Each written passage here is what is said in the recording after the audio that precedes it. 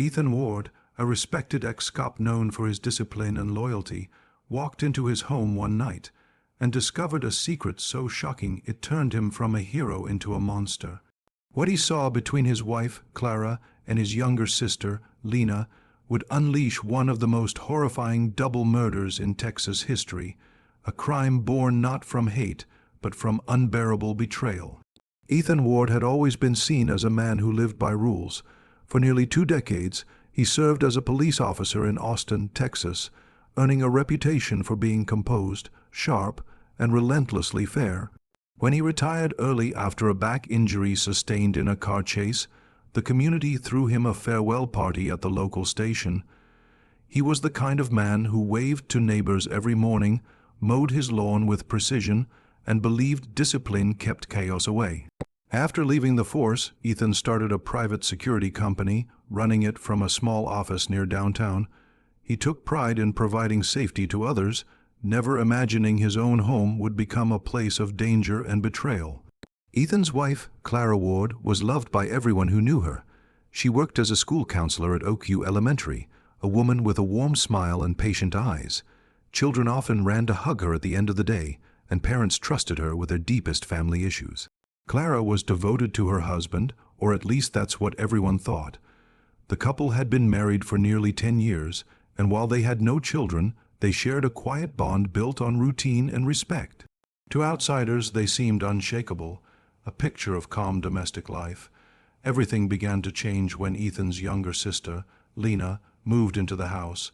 Lena was 28, impulsive, and recovering from a painful breakup.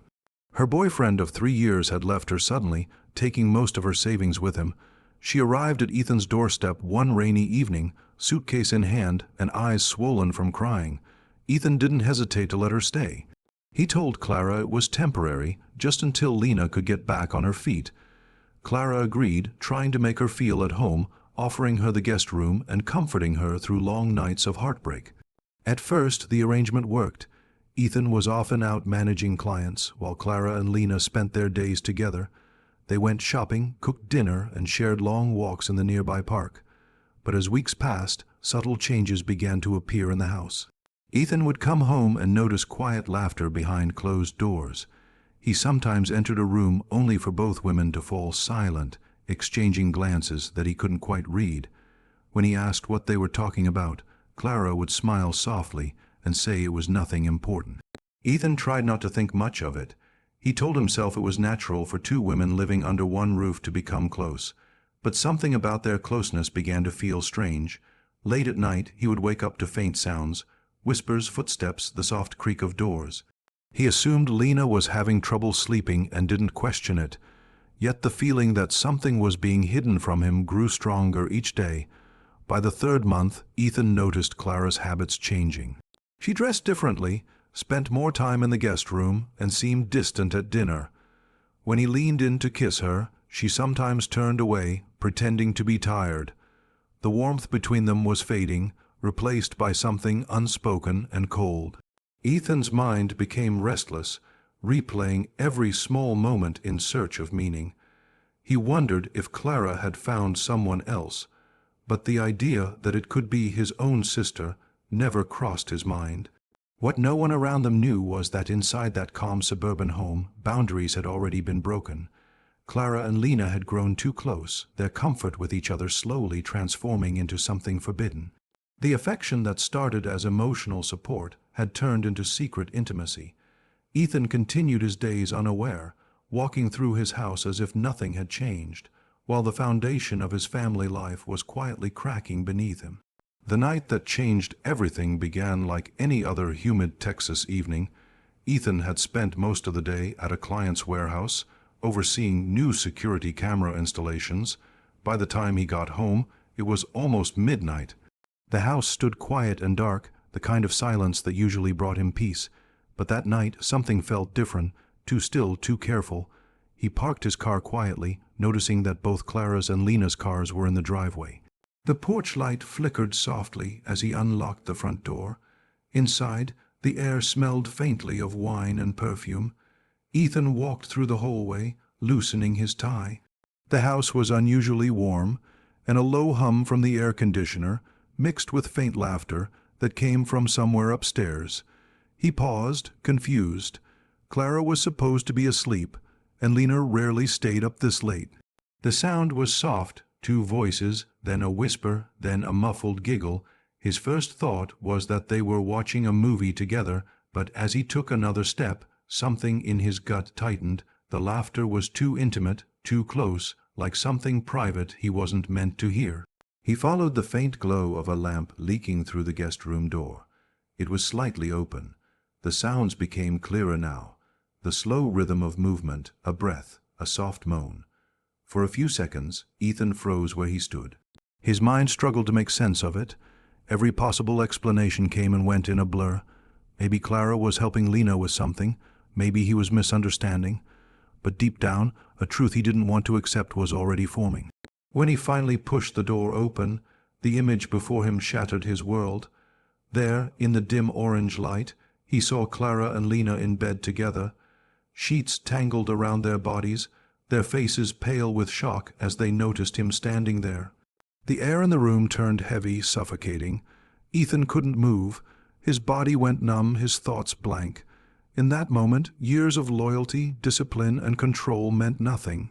He turned around without a word and walked out of the room, the sight burning into his memory like a wound that would never heal. He sat in his car for hours, parked down the street, gripping the steering wheel so tightly that his knuckles turned white. His heart raced, but his mind felt hollow. Betrayal had come from the 2 people he trusted most: his wife, whom he had loved and protected, and his sister, whom he had raised after their parents died. It wasn't just an affair, it was a violation of everything he believed in. The image replayed endlessly, twisting inside him like a knife. As dawn approached, Ethan drove aimlessly through the empty streets. The city lights blurred, and his reflection in the window looked like a stranger's. He thought of how the neighbors would look at him, how people would whisper behind his back, how the world he had built so carefully would crumble. Part of him wanted to confront them, to demand an explanation, but another part of him felt something darker growing, a need for punishment, not just understanding. When he finally returned home at sunrise, he found the house silent again. Both women were asleep in their rooms, unaware of the storm that had started in his heart. Ethan sat alone in the kitchen, staring at the wall as the first rays of light crept through the blinds. The betrayal had planted something inside him, cold, deep, and unstoppable. He didn't know when or how, but he knew one thing with absolute certainty. Life in that house would never return to what it once was. 2 days after that terrible night, Ethan Ward's house appeared calm from the outside, but inside, the air felt heavy with unspoken tension. The walls seemed to absorb every memory of what he had seen, every echo of betrayal that replayed in his mind. Clara moved through the house carefully, her eyes often avoiding his. Lena, quiet and uneasy, spent most of her time in her room, pretending to read but unable to focus. Ethan watched them both, his expression unreadable, his silence terrifying in its steadiness. No one spoke of what had happened, yet they all knew that nothing was the same anymore. Ethan tried to continue his routine as if everything was normal. He woke up early, made coffee, checked emails, and left for work. But his mind no longer functioned like it used to. Every glance at his wife or sister reminded him of the image he could never erase. Each smile from Clara felt like an insult, each word from Lena like poison. At night, he barely slept, haunted by the scene in that dimly lit guest room. It played in loops, every detail sharper each time. The warmth of the lamp, the trembling of their hands, the betrayal in their eyes when they saw him. By the second night, something inside Ethan began to twist. He spent hours sitting in the dark, staring at the gun safe by his bed. It was a habit he had kept from his police days, always keeping a loaded firearm within reach. The weapon had once made him feel secure, but now it seemed to whisper to him, reminding him that power still lay in his hands. His mind wavered between grief and fury, between heartbreak and vengeance. On the third evening, Ethan came home early. The sun had just set, painting the sky in dull orange. The smell of dinner filled the air. Clara was cooking, trying to pretend everything was fine. Lena sat at the table, scrolling through her phone, avoiding eye contact. Ethan stood in the doorway, watching them, his expression blank but his heart raging. He felt like a ghost in his own house, unwanted and invisible. After dinner, he excused himself and went to his study. For nearly an hour, he sat in silence, staring at an old photograph of the three of them, smiling during a family trip to the lake. It was a picture of trust, of unity that no longer existed. Slowly, he opened the drawer and took out his gun. He held it with the same steady grip he once used in uniform. His hands didn't tremble. The decision was already made. When he entered the living room, the house was quiet again. Clara was folding clothes and Lena was gathering her things from the couch. Neither of them noticed the gun at first. A single sound broke the silence, a sharp crack that echoed through the walls. Clara fell first, collapsing instantly. Lena turned in shock, her scream cut short by the second shot. Both bodies hit the floor almost at once, their lifeless eyes reflecting the man they had destroyed. Ethan didn't run. He didn't hide the gun. He sat down between them, staring at the blood spreading slowly across the floor. The sound of the shots still rang in his ears, followed by a silence so deep it felt unreal. For the first time in days, his mind was quiet. There was no rage left, only emptiness. When the neighbors called the police after hearing the gunfire, Ethan didn't move. He sat there, whispering words no one could hear, waiting for the flashing lights to appear outside his window. When the officers entered, they found him calm, almost peaceful, his voice steady as he confessed to what he had done. The case of Ethan Ward spread through Austin like wildfire. Within hours of his arrest, news channels had gathered outside the modest suburban home where the double murder took place. Reporters described the scene as one of the most shocking domestic crimes the city had seen in years. The story of a respected ex-cop killing both his wife and his sister over a forbidden affair was something that gripped the public with a mix of fascination and horror. By morning, every newspaper carried his photograph, his once proud police portrait now shadowed by the title The Betrayal Murders. Detectives arrived at the scene to find Ethan still sitting on the couch, handcuffed and silent. Detective Marlon Graves, a seasoned investigator with 30 years of experience, led the case. Even he was shaken by the calmness of the suspect. There were no signs of struggle, no attempt to flee. Ethan had shot both women in precise succession, each bullet striking the chest, a sign of deliberate aim. Forensic teams collected the weapon, fingerprints, and the bloods, splattered evidence that told a silent story of rage and heartbreak. The autopsies revealed that both victims had been killed instantly. Clara's hand still clutched the fabric of a shirt she had been folding. Lena's phone lay shattered near her body, frozen on an unread message. There were no defensive wounds, no attempt to fight back. The violence was sudden and absolute. When questioned, Ethan didn't deny any of it. He simply stated that he had caught them doing something that could never be forgiven. His words, spoken without emotion, chilled even the most hardened officers in the room. The investigation quickly uncovered the tangled relationships that had led to the tragedy. Hidden within Ethan's home security system were recordings, footage he had secretly stored on his office computer. Investigators found that he had rewatched the video of that night several times before the murders. Prosecutors would later use this to argue that Ethan's actions were premeditated, that he had time to calm down, yet chose to act with cold intent. To the public, the revelation turned him from a heartbroken husband into a calculated killer. During the trial, the courtroom overflowed with spectators. Ethan sat expressionless throughout the proceedings, occasionally glancing at photographs of Clara and Lena projected on the screen. The defense team argued that his crime was the result of temporary insanity, triggered by overwhelming emotional trauma. They brought psychologists to testify that years of suppressed control and duty had collapsed in a single moment of despair.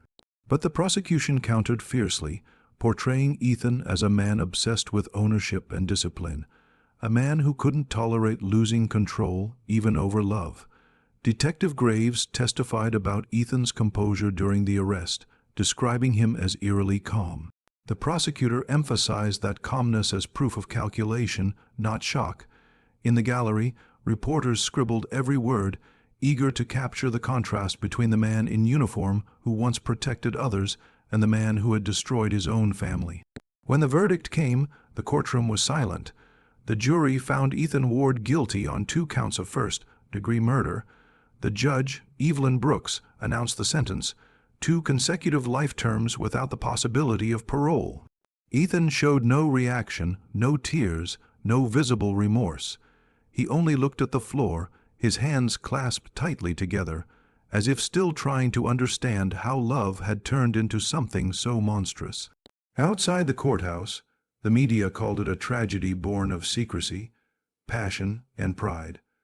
But for those who had known Ethan, Clara, and Lena personally, it was something far darker. A reminder that even the most controlled lives can crumble when betrayal and silence meet behind closed doors. In the weeks that followed his conviction, Ethan Ward was transferred to the maximum security wing of the Huntsville unit, a gray and silent fortress that now became his home. Gone were the uniforms, the medals, and the reputation that once defined him. The man who had once commanded respect from an entire community now spent his days in a cell barely wide enough to stretch his arms. Prison life was a world of repetition, doors clanging open and shut, distant shouts echoing down the corridor, the scraping of metal trays during mealtime. Ethan rarely spoke. He ate in silence, read old newspapers, and kept to himself. Other inmates whispered about him, the ex-cop who murdered his wife and sister, but no one dared to approach him for long. His calmness was unsettling, his stare hollow but deliberate, as if he were watching something no one else could see. Months passed, and reporters continued to request interviews. Documentaries were made about the case, exploring every angle of his motive, every detail of his past. Yet Ethan never agreed to speak. When prison psychologists visited his cell, he would sit quietly and answer only when absolutely necessary. He refused to justify what he had done, refused to relive the moment he pulled the trigger. The only time he spoke with emotion was when asked about Clara and Lena. His voice would lower, and he would say that he still saw them every night when he closed his eyes. One evening, a younger inmate who had been assigned as his cellmate for a few weeks noticed a folded photograph taped above Ethan's bed. It showed Clara and Lena smiling at the lake, their arms around each other, sunlight glittering on the water behind them. Ethan stared at that picture every night, his eyes fixed on it for hours. Sometimes he whispered under his breath words that no one could make out.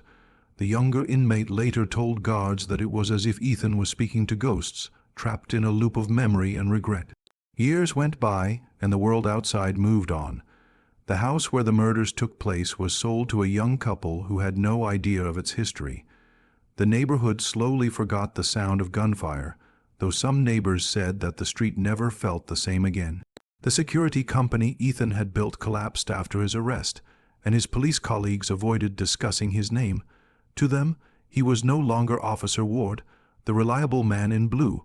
He was a cautionary tale whispered about in training rooms. In prison, Ethan aged quickly. His hair turned white, his back stiffened further from old injuries, and his voice grew softer. On his final birthday behind bars, he wrote a short note in a small notebook he kept hidden under his mattress. The words were simple, *, they were my world, and I destroyed it with my own hands. *, no one knows if he meant it as confession, apology, or resignation. 5 years later, a guard found him dead in his cell, sitting upright on his cot, the photograph still taped to the wall above him. His death was ruled natural, heart failure, most likely brought on by years of isolation and grief. When his few remaining belongings were collected, the notebook and the photograph were placed in an envelope and filed away as evidence, never claimed by family. The story of Ethan Ward faded from the headlines, but for those who remembered, it lingered as a grim reminder that betrayal can twist even the most disciplined heart. In the end, Ethan's punishment was not only the walls of his prison, but the memories he could never escape. Every night that he lived, he remained trapped in that one image, the 2 people he loved most, bound together in a secret that destroyed them all.